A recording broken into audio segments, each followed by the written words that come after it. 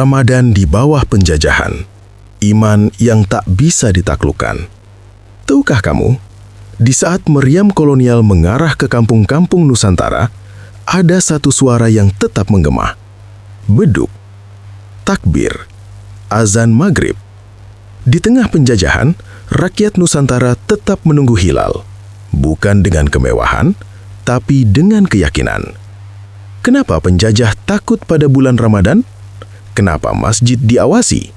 Kenapa ulama dicurigai? Apa sebenarnya yang mereka takutkan? Sebelum penjajah datang, sebelum kolonialisme Eropa menguasai jalur dagang, abad ke-17, mereka tidak hanya mencari rempah, mereka mencari kendali. Dan setiap bentuk persatuan rakyat dianggap ancaman.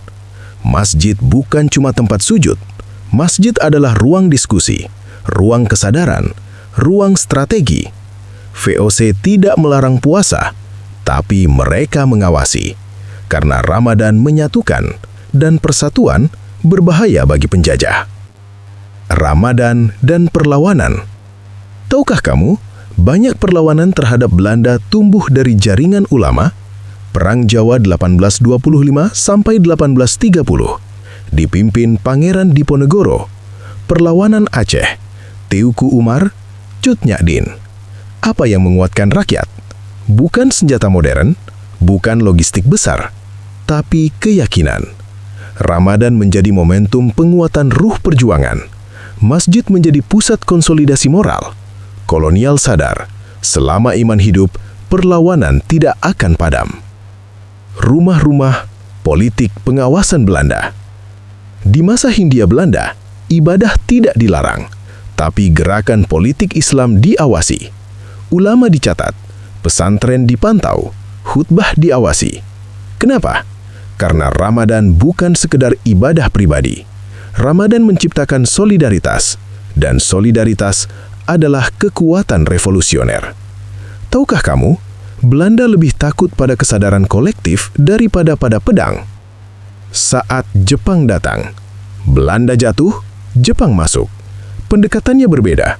Mereka membentuk masyumi, mendekati ulama, memberi ruang simbolik. Kenapa? Karena mereka butuh dukungan rakyat untuk Perang Asia Timur Raya. Ramadan tetap berjalan, tapi rakyat lapar, beras langka, Romusa dipaksa kerja, masjid dipakai untuk propaganda. Apakah itu kebebasan atau manipulasi? Simbol ketahanan.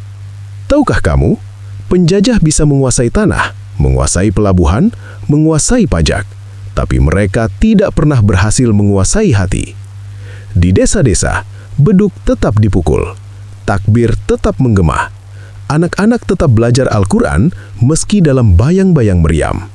Ramadan di masa penjajahan adalah bukti, iman tidak bisa dijajah.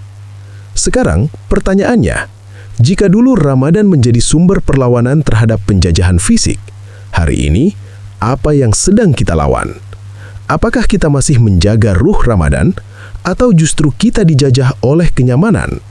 Di saat Nusantara dijajah, azan tetap berkumandang, Ramadan tetap dinanti. Mereka bisa merampas tanah, tapi tidak pernah mampu merampas iman. Karena bagi leluhur kita, Ramadan bukan sekedar bulan suci, ia adalah perlawanan dalam sunyi. Like, komen, subscribe. @gladiator neraka